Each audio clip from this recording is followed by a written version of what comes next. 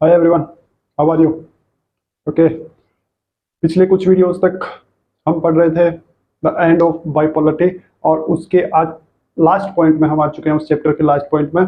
और इससे पहले कि उस लास्ट पॉइंट को अपन अंडरस्टैंड करें, पढ़ें, समझें, आप जो है वो चैनल को सब्सक्राइब कर लीजिए, शेयर कर दीजिए। और आप सभी का इस चैनल पे, आपके अपने यूट्यूब चैनल इंग्लिश कोना में अधिक अधिक स्वागत है। तो चलिए फटाफट शेयर कर दीजिए और एक्स्ट्रा कुछ भी नहीं बोलते हुए सीधा स्टार्ट करते हैं। सेकेंड चैप्टर जो है द एंड ऑफ बाइपोलरिटी, द्विध्रुवता का अंत, उसका जो लास्ट पॉइंट जो हमारे लिए यूजफुल है इन टर्म्स ऑफ एग्जाम, उसको अंडरस्टैंड करते हैं, उसको समझते हैं जल्दी से। और वो जो लास्ट पॉइंट है वो होने वाला है post communist countries and India. 1991 में डिसइंटीग्रेट होने के बाद में जो सोवियत यूनियन था, उसके जो 15 कंट्रीज बने नए नए, उनके साथ में इंडिया के रिलेशंस कैसे हैं, या उस डिसइंटीग्रेशन का असर जो है, इम्पैक्ट जो है वो इंडिया पे कैसे पड़ा, या फिर इंडिया ने कैसे उन 15 कंट्रीज के ऊपर अपना इम्पैक्ट डाला। वो कंट्रीज कौन कौन से हैं जो उस डिसइंटीग्रेशन के बाद में नए वर्ल्ड मैप पे दिखाई दिए, तो इन सब के बारे में डिटेल से जानते हैं इस वीडियो में। Let's start. तो सबसे पहले ये वो 15 कंट्रीज हैं जो सोवियत यूनियन के डिसइंटीग्रेशन के बाद में अस्तित्व में आए थे, एग्जिस्टेंस में आए थे। देखते हैं कौन कौन से। Armenia, Estonia, Kyrgyzstan, Moldova, Turkmenistan, Azerbaijan, Georgia, Latvia, Russia. ये इन सब का लीडर था पहले सोवियत यूनियन जब था, तब सब इसकी लीडरशिप में ये सारे जो सोवियत रिपब्लिक्स हैं वो ऑर्गेनाइज थे, संगठित थे। उसके बाद में है बेलारूस, कजाकिस्तान, लिथुनिया, तजाकिस्तान और उज्बेकिस्तान। ये वो 15 देश हैं जो सोवियत यूनियन के डिसइंटीग्रेशन के बाद में वर्ल्ड मैप पे दिखने लगे थे या दिखाई दिए थे। अब ये जो 15 कंट्रीज हैं जो सोवियत रिपब्लिक्स हैं और डिसइंटीग्रेशन के बाद में सोवियत यूनियन के जो रूल्स एंड रेगुलेशंस थे उनसे फ्री हो गए, इनकी अपनी खुद की गवर्नमेंट हो गई, खुद के रूल्स एंड रेगुलेशंस हो गए। तो इन सब के साथ में इंडिया के किस तरह के रिलेशंस हैं या क्या इम्पैक्ट इंडिया पे पड़ा इन सब का, क्योंकि एक तो ये सारे एक ही पार्टी के अंडर थे, कम्युनिस्ट पार्टी के अंदर, तब भारत के साथ में रिलेशन ठीक ही थे। और जब सब अलग अलग हो गए, सबकी अलग अलग गवर्नमेंट है, तो फिर भारत पे इसका कितना प्रभाव पड़ा, कितना इम्पैक्ट पड़ा, तो उसके बारे में जानते हैं।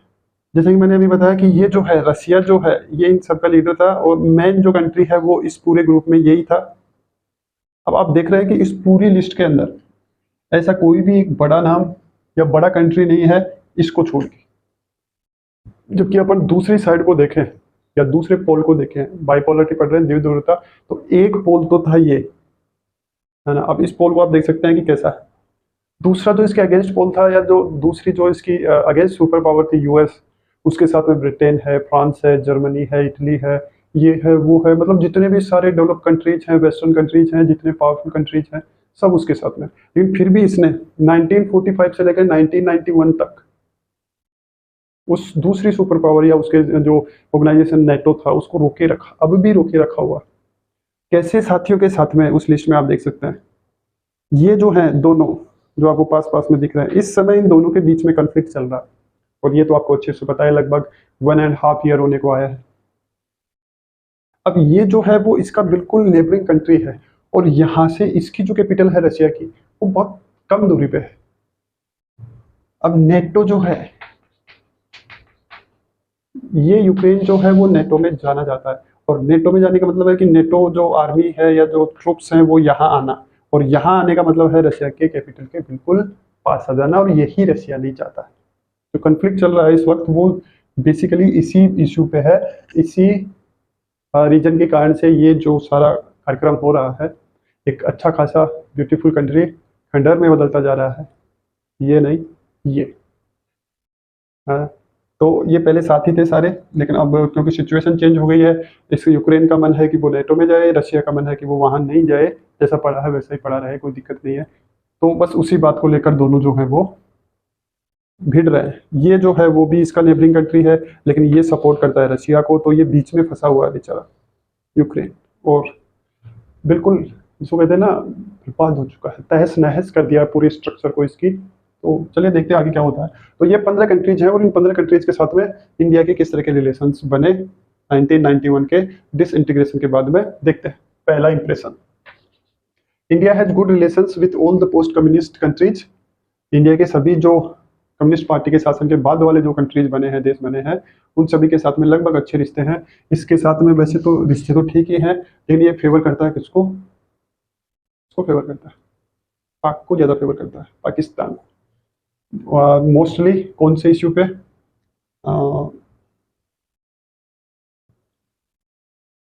मोस्टली ये किसको फेवर करता है? पाकिस्तान को इस फेवर, कश्मीर के जो इशू है उसके ऊपर ये हमारा साथ नहीं देके पाकिस्तान का साथ देता है। तो ये फिर भी ठीक है, लेकिन अब जब मुसीबत आन पड़ी है तो याद हम आ रहे हैं, कैसे भी करके आप इसको समझाइए कि ये युद्ध रोके और हमें चैन की सांस लेने दें।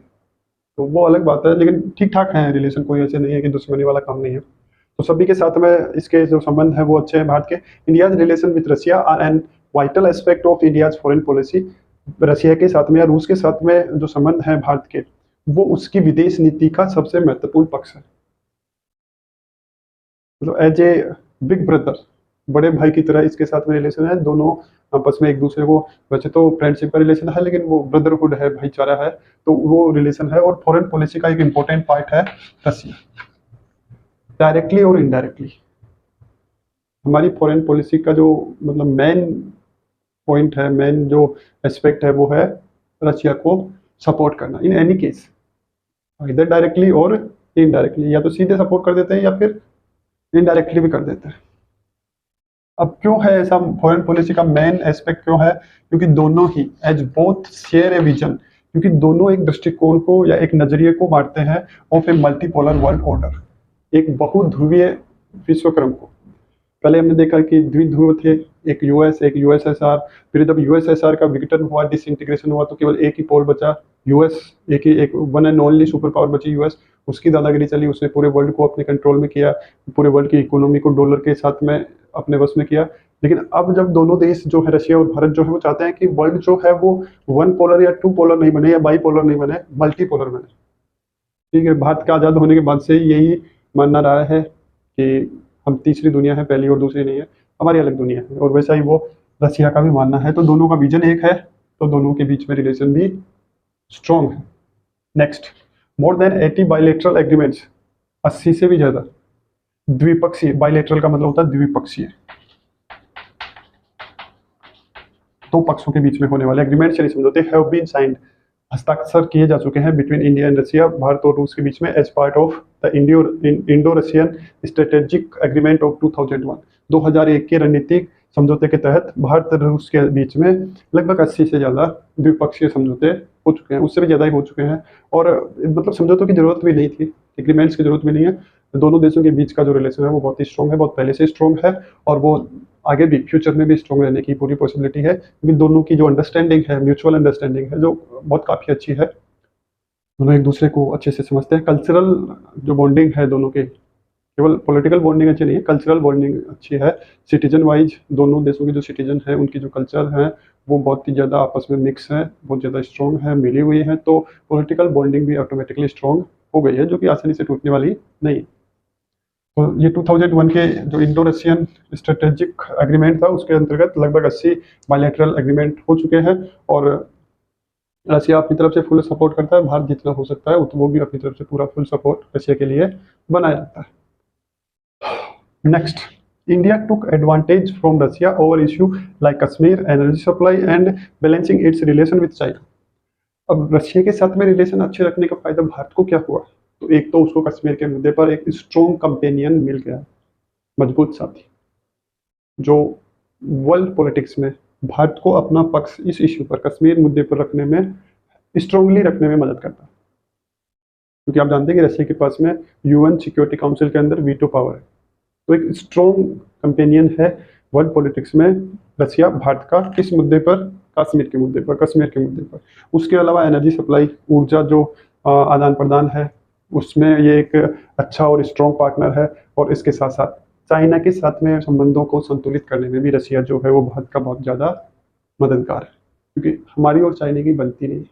वैसे वो कहावत जरूर है, हिंदी चीनी भाई भाई, लेकिन वो छोटी आंखों वाले मानते नहीं है, वो बार बार जो है वो भारत को छेड़ने में या उकसाने में कोई कमी नहीं छोड़ते हैं। तो उस समय जब टेंशन हाई लेवल पे होता है, तो ये जो है रशिया जो है वो दोनों देशों, हमारे और चाइना के बीच में, उन रिलेशन को बैलेंस करने का काम करता है, क्योंकि चाइना के भी रिलेशन रशिया से अच्छे हैं, क्योंकि दोनों की जो सोच है, वो आइडियोलॉजी जो है वो दोनों की एक है। और भारत के भी रिलेशन रशिया से अच्छे हैं, क्योंकि ग्राउंड लेवल पे भारत और रशिया के जो रिलेशन है बहुत पुराने समय से वो बहुत ज़्यादा स्ट्रॉन्ग। तो ये दोनों का फ्रेंड है, इंडिया और चाइना दोनों का। तो जब भी कोई इश्यू होता है चाइना और इंडिया के बीच में, तो ये मीडिएटर बन के दोनों के रिलेशन को बैलेंस करने का काम करता है। Next, Russia benefited from this relationship because India is the second largest arms market for Russia. Russia को भारत के साथ में रिलेशन रखने में या संबंध बनाने में फ़ायदा ये है कि भारत जो है वो रशिया के लिए दूसरा सबसे बड़ा हथियार बाजार है। हम रशिया से जितने आर्म्स या हथियार खरीदते हैं, उससे उनकी इकोनॉमी को बहुत ज़्यादा सपोर्ट होता है। जैसे भारत और रशिया का एक जॉइंट वेंचर है ब्रह्मोस मिसाइल, तो वो इस तरह से हमारी सिक्योरिटी के लिए हमें हेल्प करता है, उसके बदले में उनकी इकोनॉमी को हेल्प होती है ग्रो करने में। अब जिस समय यूक्रेन के साथ में उनका डिस्प्यूट या कन्फ्लिक्ट चल रहा है, तो सारे जो वेस्टर्न कंट्रीज हैं उन्होंने सबने सैंक्शंस लगा दिए हैं, रशिया के ऊपर प्रतिबंध लगा दिए हैं, उसकी इकोनॉमी को तोड़ने का काम कर रहे हैं। उसी समय रशिया ने भारत से जो है वो कहा कि आप हमारा जो क्रूड ऑयल है वो खरीदिए, हम आपको चीप रेट में, सस्ती रेट में देंगे। हमने खरीदा, उसको प्योरीफाई किया अपनी जो रिफाइनरीज है उनमें, और फिर उसी को सप्लाई करना शुरू कर दिया। मतलब एक्सपोर्टर बन गए, इंपोर्ट करके एक्सपोर्टर बन गए। तो इस तरीके से दोनों देशों के बीच की जो अंडरस्टैंडिंग है वो काफ़ी अच्छी है, और एक दूसरे को उसका लाभ भी, बेनिफिट भी मिलता है। तो ये था हमारा चैप्टर नंबर 2 क्लास 12 के लिए पॉलिटिकल साइंस का, द एंड ऑफ बायोपोलरिटी। बायोपोलरिटी के एंड होने के बाद में इंडिया के रिलेशन बाकी जो ये देश हैं उनके साथ में कैसे हैं, लगभग सभी के साथ में ठीक ही है। इसके साथ में कोई भी एनिमी वाला रिलेशन नहीं है। ये इसका थोड़ा सा अंडरस्टैंडिंग हमारे साथ में ठीक नहीं है कश्मीर इशू पे, तो वो भी हो जाएगी। अब तो मतलब कोई अंडरस्टैंडिंग इसकी हो या नहीं हो कोई फर्क नहीं पड़ता, क्योंकि पहले से ही ये स्थिति खराब है इसकी।